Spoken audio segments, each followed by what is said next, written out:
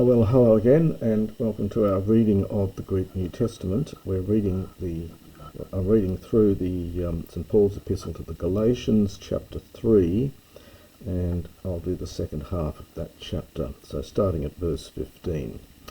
Here Paul continues on his theological argument about law and faith. So he says, Adelphoi kata anthropon lego, homos anthropo kekuromenein diatheke udes athete e epidiatacetai. My brothers, my brethren, kata anthropon is idiomatic, so I am speaking to you in a human way. It's as opposed to in a spiritual way, perhaps. So I'm speaking in a very straightforward way, in a human way. Homos is very odd here. It normally means nevertheless, but it has the meaning here just in the same way. So it's sort of just in the same way as. Slightly different usage of the word, and we get some interesting vocabulary here. This verb is from kuroo. It is connected with kurios, meaning Lord, but kuroo has the sense of to legally confirm something. It's a technical term from much earlier Greek, from law court Greek. So kuroo is to substantiate or to legally confirm something. Diatheke, of course, is a covenant, or perhaps here a will or a codicil. And the epidiatasomai is to add, again, this word only occurs here in all of Greek. It seems to have the sense of to add something, and that's the sense of the epi, which has already been ordained or decided. Tasso is to organise something. Diatasso is to do it thoroughly, so to ordain something. And the epi, I think, here has in the sense of to, in addition to add something to. So putting it all together, it's something like, just as no one. Athete is from athetio. It's an alpha privative plus the root connected with tithemi. So the verb is athetio. It means to put aside, perhaps in a legal sense to annul. So just as no one annuls the covenant, or perhaps codicil, almost perhaps the will, which has been ratified. This is a perfect passive participle here, which has been ratified, the will of a man, which has been ratified, or does he add something to what has been agreed, what has been laid down? So rather difficult little sentence there, and again containing a word that only occurs here in all of Greek, doesn't make it any easier. Tode Abram erethesan hai epangelii kai to spermati autou. Ulege kai tois spermasin hos epipollon al hos ephenos kai to spermati su hos estin Christos. Now this is another difficult passage for a whole range of reasons. Partly difficult because Paul is being rather tricky here with his use of language. He's quoting from the Old Testament. The word seed is generally used of one's children and grandchildren and so on. And it's generally used in the singular. And Paul tries to be rather clever here. He says because it's in the singular, it's not referring to all of his offspring, just one, and he relates that back to Jesus. It's the kind of Well, it's the kind of arguments that Jewish writers of the time used to use. It's really, we would find it rather strange in modern times. Anyway, just to go there, I'll leave you the commentators to comment on it, but just to translate what it says. So the subject here is epangelii, the promises. Erethesan is the aorist passive from lego. If you go through your principal parts of lego, the aorist is apon, and the aorist passive is erethane, and this is the aorist passive from that.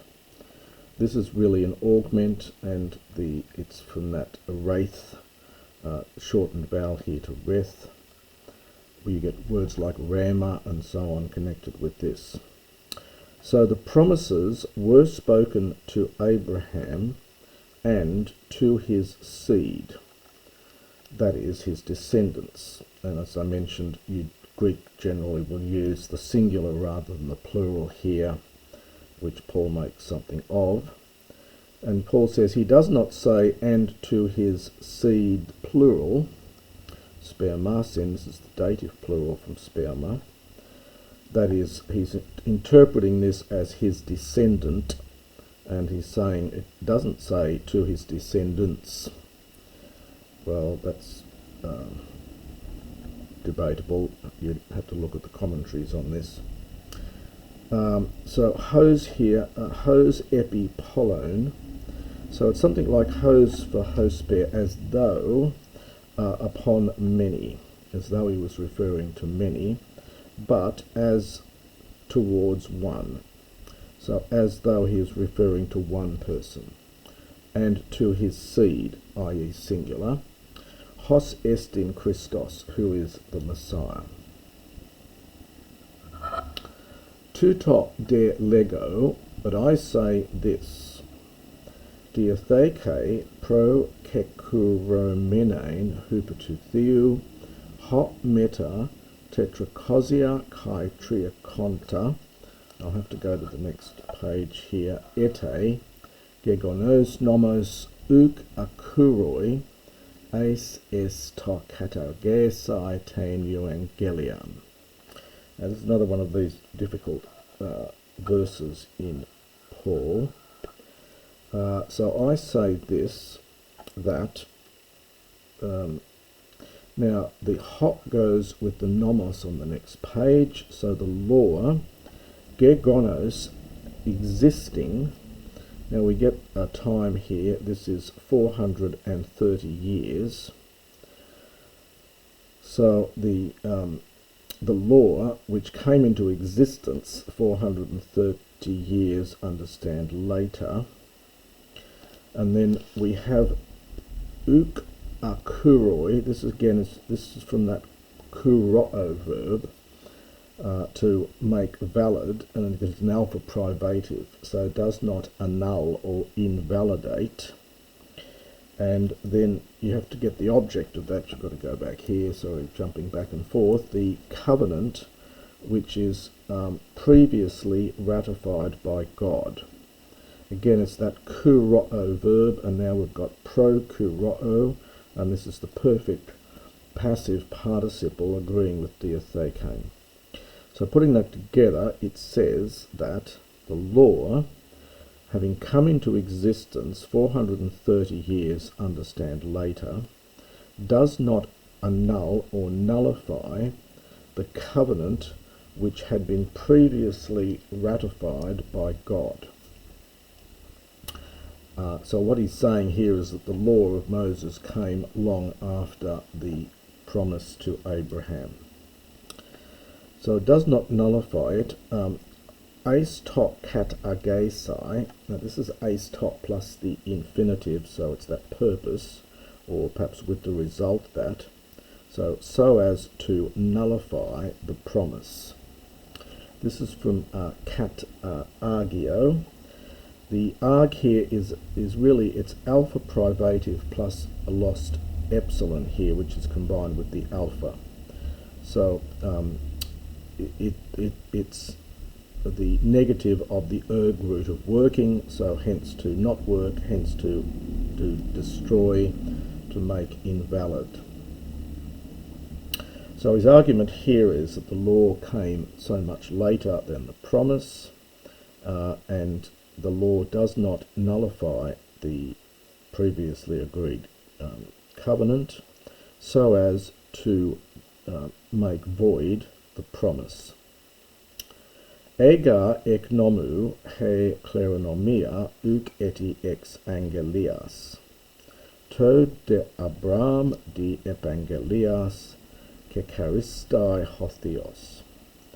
For if the kleronomia is the inheritance from the law,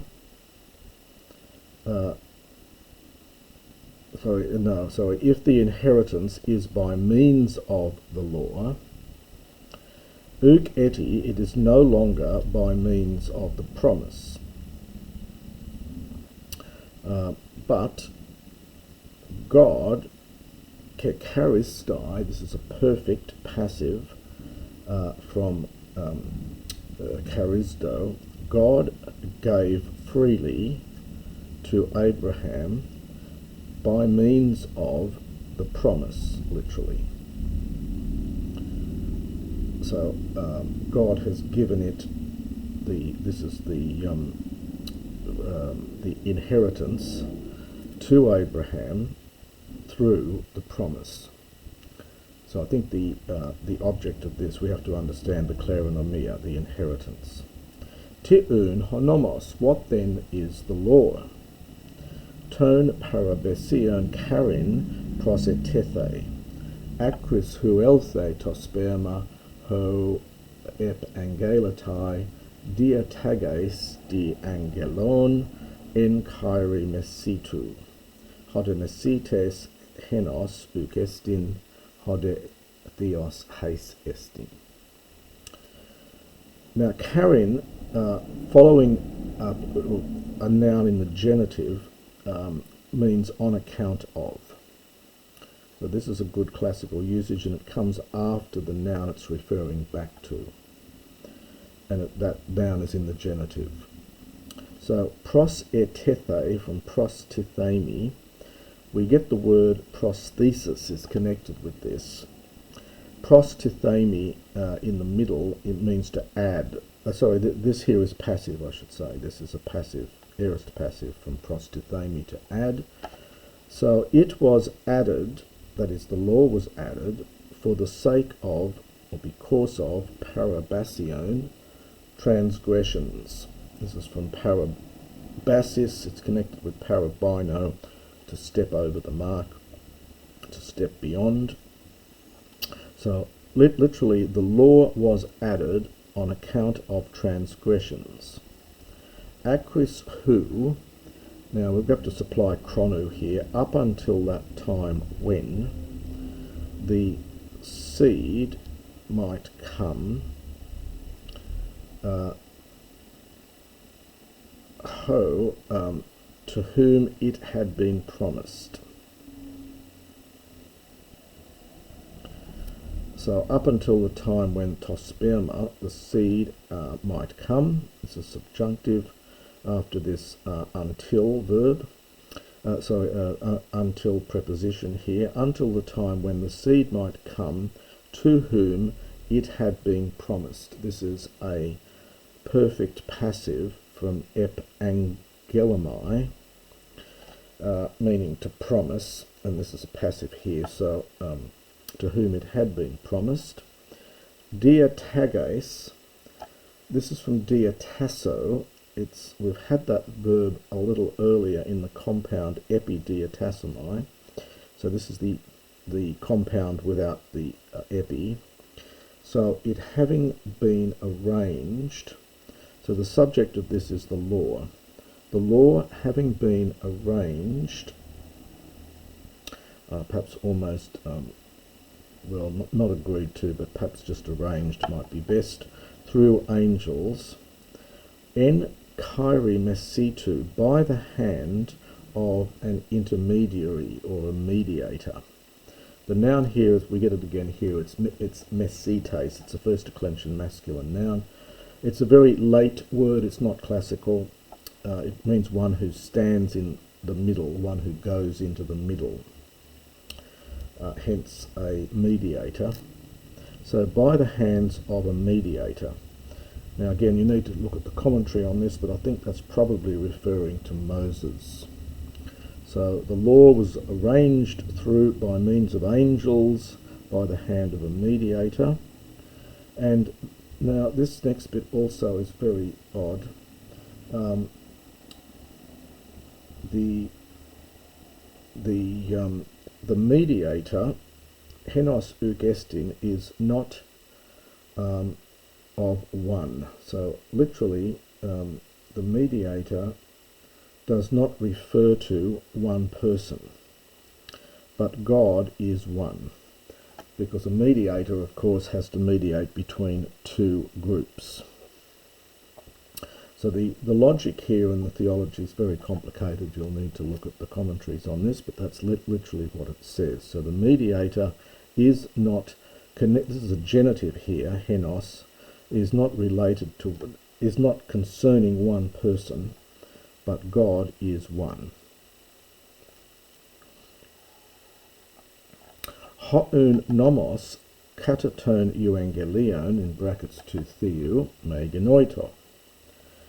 Therefore, the law is, now kata plus the genitive means against. So the law then is opposed or against the promises then in brackets of God. Me genoito, may it not be.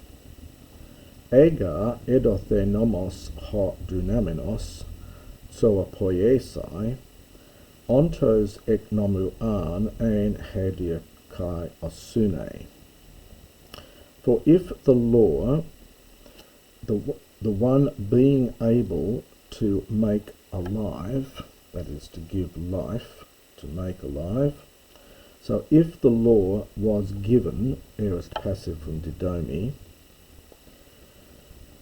now ontos is an adverb. It's formed from the participle from the verb to be, which is onta, and you get this adverb ontos, meaning in reality. And the subject here is dikaiosune. So put that together. So for if the law, the one which is able to give life or to make alive, was given, truly righteousness, there would have been righteousness as a result of the law, literally. There would have been righteousness as a result of the law. He's using this ek as a meaning as a result of all the way through Galatians here, and it's fairly common in biblical Greek. Alasun ekleisen hegraphe tapanta ton hamation hina he apengelia ekpistios Jesu Christu dothe tois pistiu usin. But the scripture sun ekleisen, this is from sun kleo. Kleo is to shut, and it's not kleo is to shut up or confine. So the scripture has confined tapanta, everything, under sin, or has locked up all things under sin. Hina, in order that the promise dothe might be given to those believing, dative plural participle, ek as a result of faith, and then again another objective genitive, in Jesus the Messiah. So just to put that together again, so but the scripture, the scripture has confined, has shut up all things under sin, in order that the promise might be given, aorist passive subjunctive, to those believing as a result of the faith in Jesus the Messiah. Pro tu de elthane tain pistin huponomon ephrumatha sun kleomenoi es ten melusan pistin apokaluphthenai hostihonomos paidagogos hemon, gegenon es Christon, hina epistios dikai othomin. So pro 2 plus the infinitive, so before, and the subject goes into the accusative, so before faith came, now the verb here is frurio, which is to guard. A fruros is a guard, so this is the verb frurio, this is the imperfect passive. So before faith came, we were guarded by the law. Perhaps I should know, not by, that's because it's nomon. So we were kept guarded under the law, is better. Sung kleomenon, this is this sung kleo again, shut in or confined. Ace, now we have a funny use of ace here, which doesn't normally mean until, but it seems to have that sense here, and it's going to do it again in the next verse. So very odd use of ace here. It's until the faith which was coming, apokaluphthenai, to be revealed. So until the coming faith had been revealed. Aorist passive infinitive from apokalupto. Hostihonomos paidagogos, so that the law, geganen, perfect, had become our paidagogos. Now this is a word that's much commented on in ancient Athens, and probably would have continued in later times. A certain slave was appointed, or a house servant was appointed, to take the child off to their lessons, to school, to take them off to exercise and so on. It's a bit like a sort of governess, but it was a male, of course, here. So it's from paida, child, and the ago is to lead. It's one who leads the child. The paidagogos did not actually teach the child much, except perhaps for some lessons in behaviour, but they escorted the child off to be taught. So you need to keep that image in mind here with this in terms of Paul's analogy with the law. So that the law became our paidagogos. I just won't really translate it. Ace, now again, this is this until. It's a very odd use of ace. I don't know, it happens elsewhere in the New Testament, but it certainly happens twice here. So until the Messiah, hina, in order that we might be made just, ekpistios, as a result of faith. Genitive absolute, elthuses de pistios uketi hupapaedagogon esmen. But when faith had come, we are no longer under the paedagogos. We're no longer under this nanny, if you will. Pantes ga huioithou esti kaites pistios in Christo Jesu. For you are all sons of God through the faith in the Messiah Jesus. Hosoi ga es Christon et baptiste ti Christon en dunaste. For as many of you who have been baptized, this is second person plural aorist passive, into Christ, en dunaste, you put on Christ. This is from en duo. En dusaste, this is the aorist middle from en duo. So you put on Christ. Uk eni. Now eni here is typically short for enesti. That is very common in classical Greek as well. Eni for enesti. So there is in. So it's just there is. Perhaps among you. For there is among you, there is not among you one who is Judaeus, a Judean, so a Jew, Udi Hellene, nor a Greek, Nor is there among you a slave, nor eleutheros a free man, uk any arsen kai thelu, nor is there among you male or and female. Pantaska humes heis estien Christo Jesu, for you are all one. Interesting, this is plural, this is singular. You are all one, this is from heis mea hen, one, in the Messiah Jesus. Eidi humas Christou ara tu Abraham sperma esti kat evangelion kleronomoi. But if you are of Christ, that is, if you belong to the Messiah, belong to Christ, the ara then has the sense of surely or accordingly, perhaps accordingly is better, accordingly you are the seed of Abraham. Inheritors kat evangelion, according to the promise. Ara is interesting little particle. It's probably connected with the old verb ararisco, which means to fit. So as a particle it means fittingly or accordingly or consequently. And it's one of those nice particles that is used in the New Testament more commonly than some other particles. So that's a rather difficult section of Paul. His language can be quite complicated to understand sometimes, and you'll need to consult commentaries to make sense of all the theology.